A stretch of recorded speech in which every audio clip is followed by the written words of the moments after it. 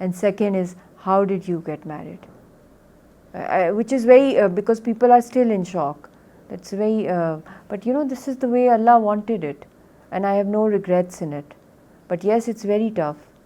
Every day is a test in this marriage. I think roughly 60 to 65 days. Even I think that this is my life.